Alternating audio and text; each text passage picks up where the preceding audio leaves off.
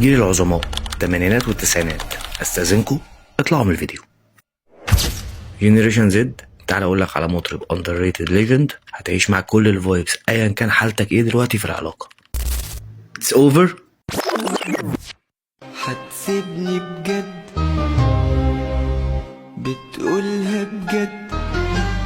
انا افتكرتك جاي تقولي انه ده كدب اللي بيوصلني. انا افتكرتك جاي تقولي انه ده كدب اللي بيوصلني. بروكن. عاتبك على الوداع ولا الخداع ولا الاسى؟ عاتبك على الالام ولا الغرام اللي اتنسى؟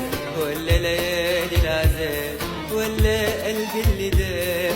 ولا ليالي العذاب ولا القلب اللي داب؟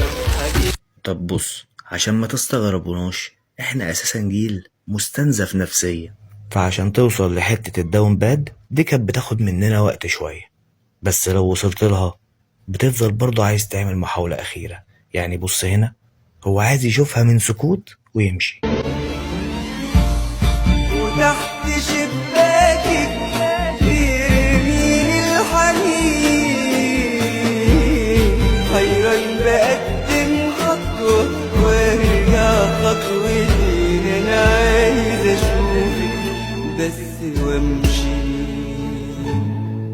من سكوت مالي النهارده.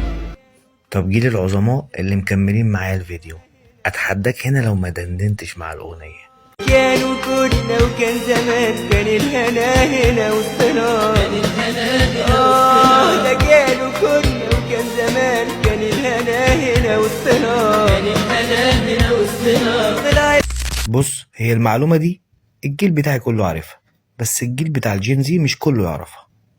الأغنية دي أول أغنية غنتها شيرين في حياتها، كانت مع محمد محي.